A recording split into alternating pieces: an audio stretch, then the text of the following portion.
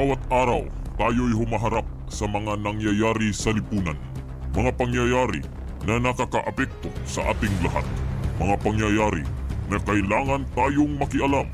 Kaya nabuo ang programang ito, Issue 101.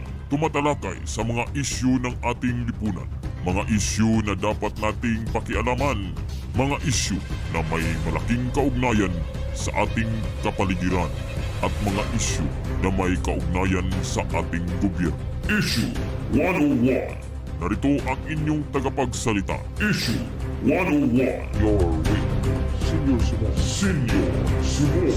Senior Simon. Issue 101. Luzon, Visayas at Mindanao. Buong bansa, buong Pilipinas, buong mundo na may Pilipino. Welcome sa isa na namang episode ng ating palatuntunan ng Issue 101. araw ngayon na Miyerkules, 4 ng Pebrero taong 2026, February 4, 2026, Wednesday. Basta po kayong lahat dyan, maasa ako na nasa mabuti po kayong kalagayan at malulusog inyong pangatawan. Welcome po sa isa namang episode ng ating palatuntunan ng Issue 101, kung saan tatalakayin po natin sa episode na ito. May pag-asa kayang manalo si Senator Risa Hontivirus sa pagka-Pangulo? Yan ang tanong niya sa kanyang sarili. Kung ang kalaban niya ay walang iba kundi si Vice-President Sara Duterte, marami ng appearance si Madam OA. Bisita doon, bisita dito, appear doon, appear dito, interview doon, interview dito. Chances of winning is... Yan ang ating usapan sa episode natin ngayon, mga ka-isyo. Pero bago po natin umpisahan ang ating talakayan, huwag po kalimutan na mag-like sa video nito. I-click nyo po ang subscribe button at ang notification bell sana all para kayo ay mapamalahanan kung sakasakaling tayo ay may live stream katulad dito. At huwag po din ninyong kalimutan i-follow nyo po at i-like ang ating Facebook, pati na rin ang ating X account na @senyorsimon101. And of course, sinanyahan ko po kayo, mga ka-isyo, na Sumali sa ating official group page, mga ka-isyo, ang ating mga ka-isyo sa Issue 101. Bilang suportan nyo na rin. At of course, sa pamamagitan kasi ng ating mga ka-isyo sa Issue 101 group page, ay tuloy-tuloy ang ating ugnayan, tuloy-tuloy ang ating talakayan. Debate doon, debate dito. At walang humpas na ligaya. Yes, mga ka-isyo, inimitahan ko po kayo na sumali sa ating mga ka-isyo sa Issue 101 group page. At tuloy-tuloy ang ating talakayan. Pwede po kayo mag-post dito kung ano man ang gusto ninyong ibahagi, gusto ninyong i-share, at gusto ninyong ipalabas, mga ka-isyo, mga saloobin at anything else. So, hindi na po tayo magpaligoy-ligoy pa. Umpisahan na natin ang ating talakayan dito sa ating palatutunan ng Issue 101. sama po inyong lingkod na si Senior Simon.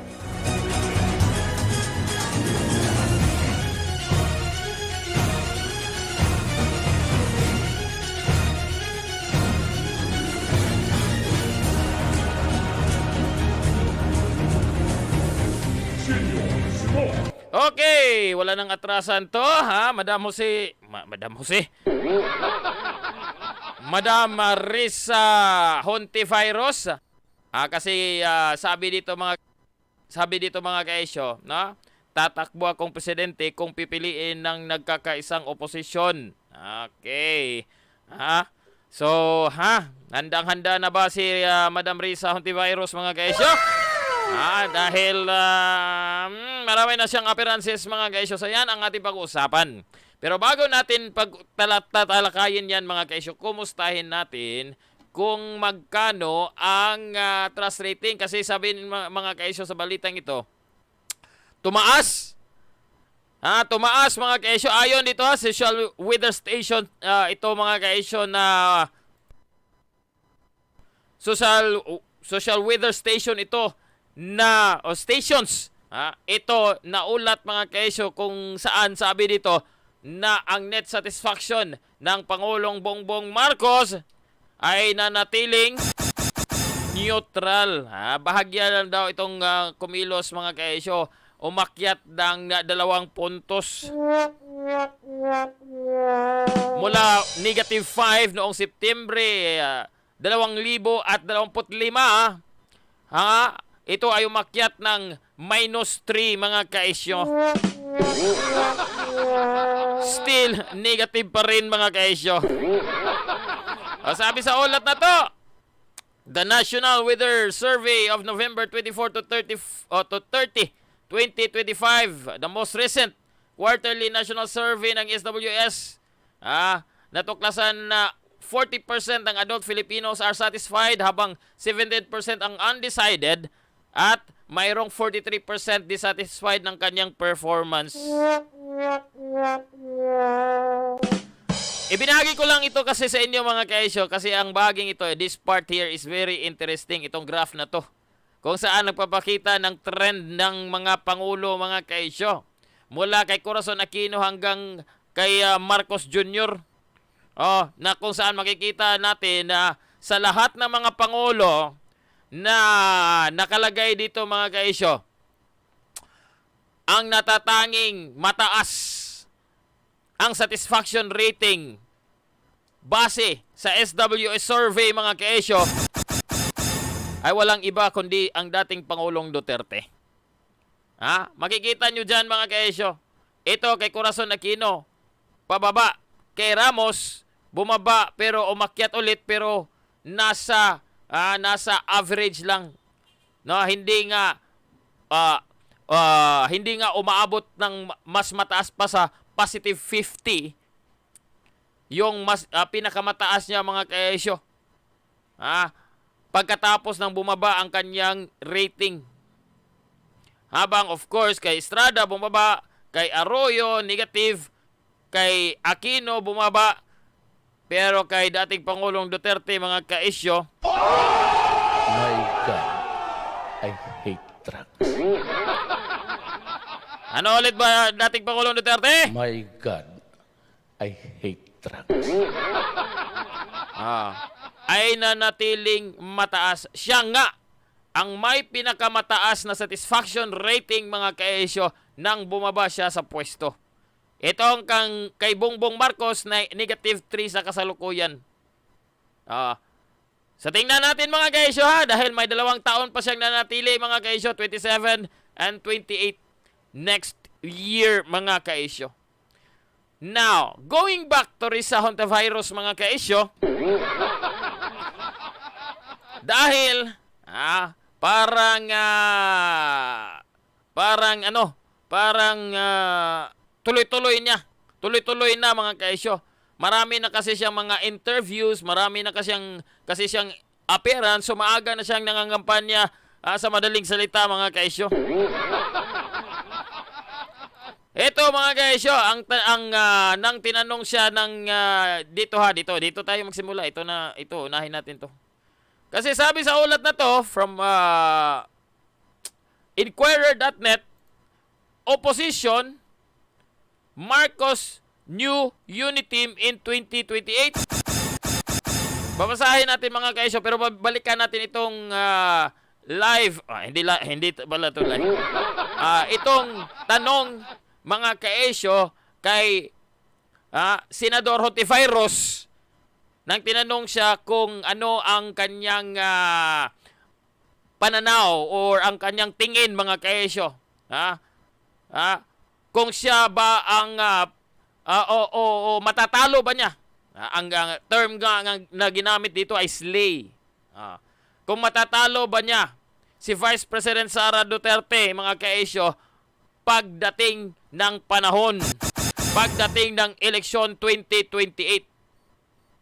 Pero dito tayo muna sa Inquirer.net mga kaisyo para atin pong tatalakayan. Pwede po kayong sumali sa ating talakayan. Pwede po kayong magpahayag kung ano man ang nasa isipan nyo as contribution dito sa ating diskusyon mga kaisyo. Sabi dito sa ulat ng Inquirer.net na nilathala kahapon, February 3, ang bago daw ang oposisyon at ang Marcos administration ay ang bago daw 28 pagdating ng 2028 election. Bagong 28? Bagong unity team. Ano ka ba, Senyor Simon? ang oposisyon at ang Marcos ay ang bagong unit team pagdating ng 2028? Sabi sa ulat na to, it's too early to tell if there will be an alliance between the opposition and the Marcos administration to beat Vice-President Sara Duterte should she run for president. Ito ang tugon ni sino? Ni sino naman? Sino ang nagsalita, mga kaisyo? Si Senadora Risa Hontivirus. Parang nasanay kasi yung dila ko, mga kaisyo, na sumambit na kanyang apelyedong Hontivirus. Dahil talagang virus na virus ito, mga kaisyo, sa ating lipunan, lalo na siya ay linked, konektado sa mga magkakaliwang grupo at mga aktivista, mga kaisyo. If you're not yet aware on that, ha, mga kaisyo. Sabi niya, I don't know yet as of today definitely if we need the president's camp in order to slay the vice-president's candidacy.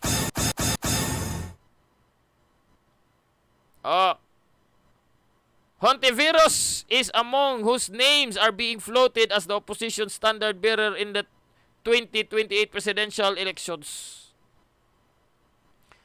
Nang tinanong siya ng mga reporter if the opposition was open to a possible alliance with President Marcos to defeat Duterte, Hontivirus said the decision would require a lot of thinking and discussions given their different histories. Tama? Ha? Tama.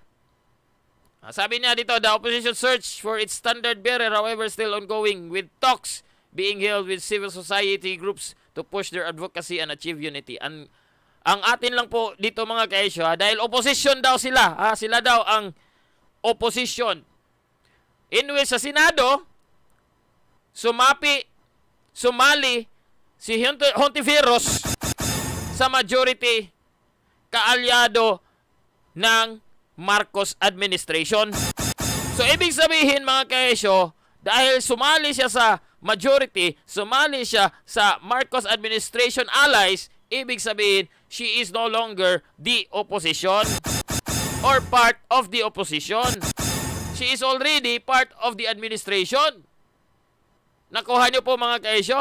So, paano tatawaging opposition siya kung kabahagi siya o kalyado siya ng Marcos administration? Di po ba, mga kaisyo? Dito tayo sa video ni Hontivirus. You mentioned that you are open to run for president in 2028. That's less than 2.5 years away. And so far, the person whom Vice President. By the way, mga kaisyo, sa mga nanonood po sa atin dito, huwag po kalimutan na mag-like sa video na to. Kung gusto nyo magpa-shoutout, kung shoutout lang, still welcome na. At babasahin natin ang inyong mga mensahe, mga kaisyo. Sara Duterte is a leading figure that who may likely run in 2028. Ma'am, despite the many controversies of the Dutertes, the confidential funds, the impeachment, the Hague detention, do you believe you can slay her? In a manner of speaking. Of course, in a manner only. I believe the opposition can slay even her candidature.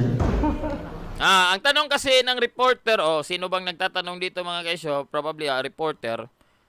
Na amidst of the controversy daw ng mga Duterte, lalo na yung paghatid o pagkidnap, pagpatapon kay dating Pangulong Duterte sa daheg, ay matatalo o maslay pa ba ng oposisyon na ni Hontivirus, mga kaisyo, Hontivirus, ang kandidatura ni Vice-President Sara Duterte?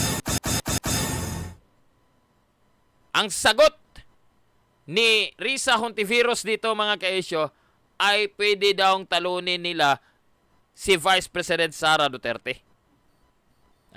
So ito ang sabi niya. I believe the opposition can slay even her candidature. And And that's why I'm open or willing. The opposition is working hard on uniting because it's only if we unite that we will have a fighting chance. So ibig sabihin na, sinabi niya dito mga kaesyo, dapat daw magkaisa ang oposisyon. Now, take note mga kaesyo, take note po, take note. Sinabi ko kanina na kaalyado na itong si Risa Hontivirus sa administrasyon ni Bongbong Marcos. Therefore, she is no longer or her allies, itong mga kaalyado niya, cannot be recognized as the legitimate opposition. Dahil hindi na nila kinalaban itong si administrasyon ni Bongbong Marcos. So, hindi na sila matatawag na legitimate opposition. Ha? Mga kaisyo, nakuha nyo ba yan mga kaisyo? Hindi na pwede natatawagin silang legitimate na opposition. Dahil sa obvious na rason mga kaisyo. Ulitin ko po. Si Risa Hontivirus ay wala kang narinig na katulad ng kanyang pagpuna o criticism sa administrasyon ni Bongbong Marcos. If you observe, mga kaesyo ha, kung mag-oobserba po tayo sa kung ano ang mga komento nitong si Risa Hontivirus at ang kanyang mga kaalyadong makabayan, mga kakaliwa, mas tinitira pa nila o binanatan pa nila mga kaisyo si Vice-President Sara Duterte. Ha? Kahit bilyon, trilyon ang inaakusang ninakaw, binolsa ng administrasyon ni Bongbong Marcos, mas tinitira nila yung akusasyon na may ninakaw si Vice-President Sara Duterte na mga milyones. In other words, ang legitimate na oposisyon ay si Vice-President Sara Duterte. Siya ang mas lehitimong oposisyon. So itong si Risa Hontivirus, hindi niya pwedeng angkinin na siya ay oposisyon at ang kanyang mga kasamahan ay oposisyon. Dahil wala po silang banat laban sa administrasyon ni Bongbong Marcos. But if we unite and if we campaign smarter, if we reach out, accompany, listen to, hear, act on what Filipino citizens and voters are saying and will be saying for the next 2.5 years, we can slay her. Is the opposition fragmented at the moment? It's not that it's fragmented, it's that we need to consolidate. Not fragmented daw. Watak-watak ba daw? Tanong yung nung lalaki ay watak-watak ba daw ang oposisyon ngayon? Hindi ba daw nagkakaisa? Dahil sa totoo diyan mga kaesyo, wala talagang unity ang oposisyon ngayon. Kasi, as what I've mentioned earlier, itong si Risa Hontivirus at ang kanyang mga kasamahan ay pabor sa administrasyon. Ang kanila lang tinitira ay si Vice-President Sara Duterte at ang mga Duterte. While other opposition, the legitimate, matatawag po natin, though not a Duterte ally or a Duterte supporter, but strongly standing up against the Marcoses.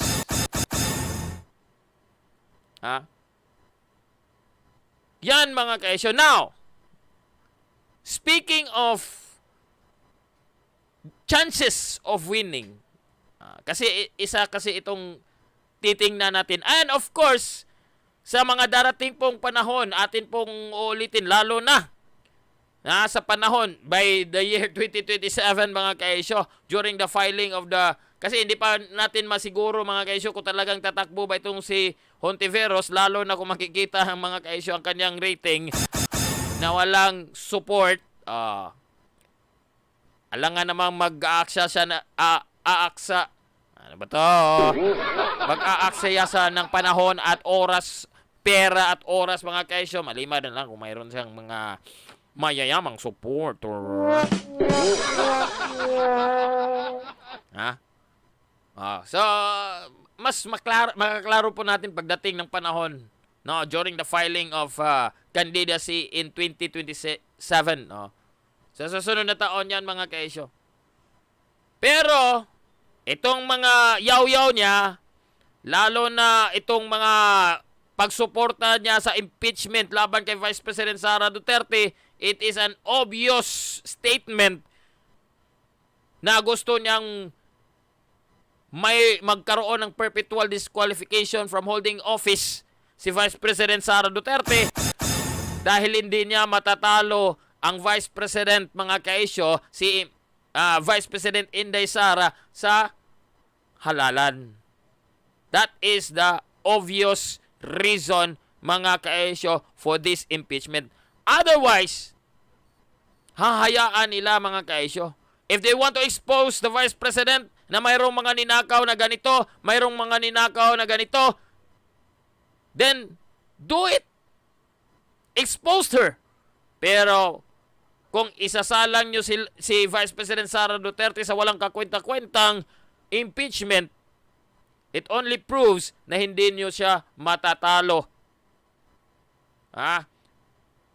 sa panguluhang eleksyon. So dito tayo mga kaisyo ha. Sabi ng Daily Mirror, inilabas ito sa, pinost ito noong December 3.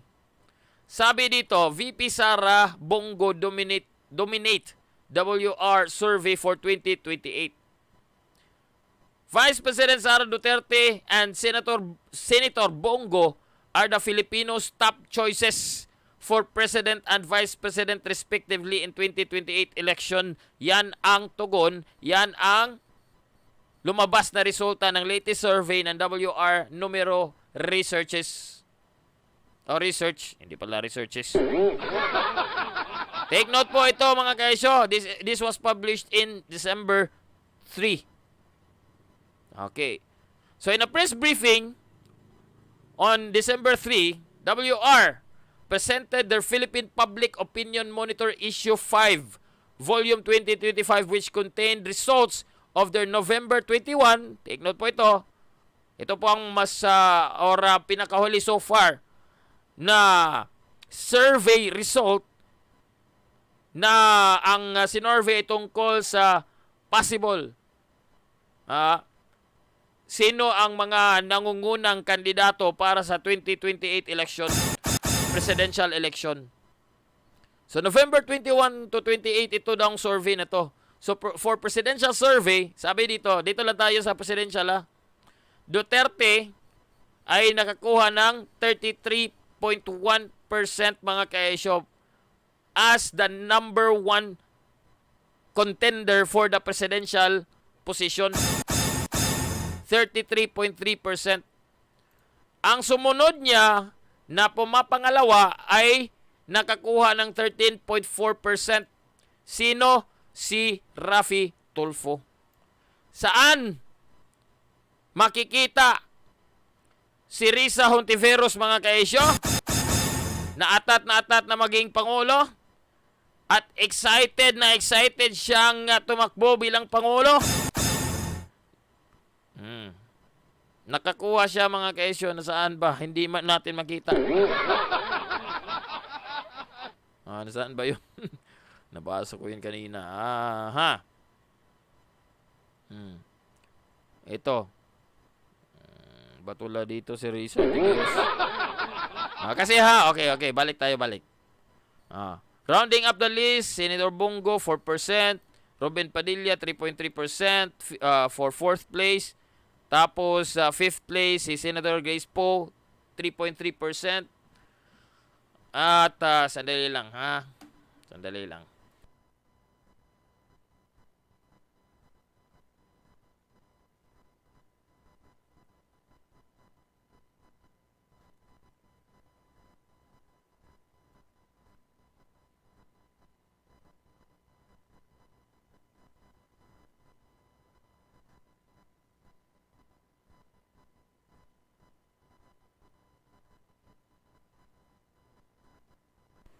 At si...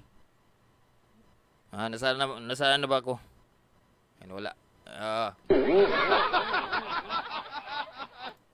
At si...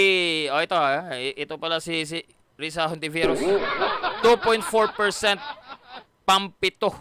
Pampito si Risa Hontivirus, mga kaisyo. So, ano sa tingin nyo dyan, mga kaisyo? Makakuha ba? May chances of winning ba itong si Risa Hontivirus, mga kaisyo?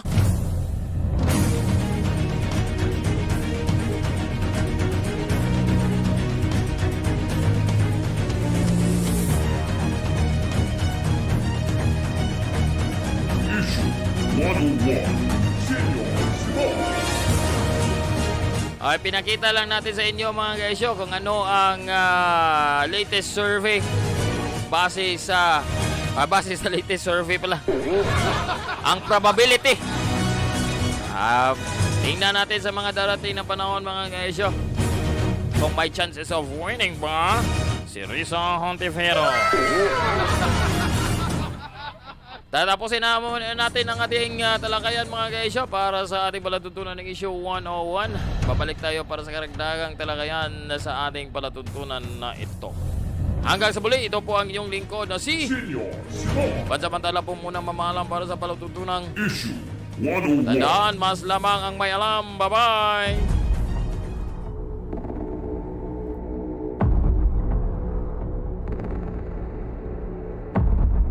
At yan ang Issue 101. Ang ilin natin sa mga kinaukunan ay umaksyon.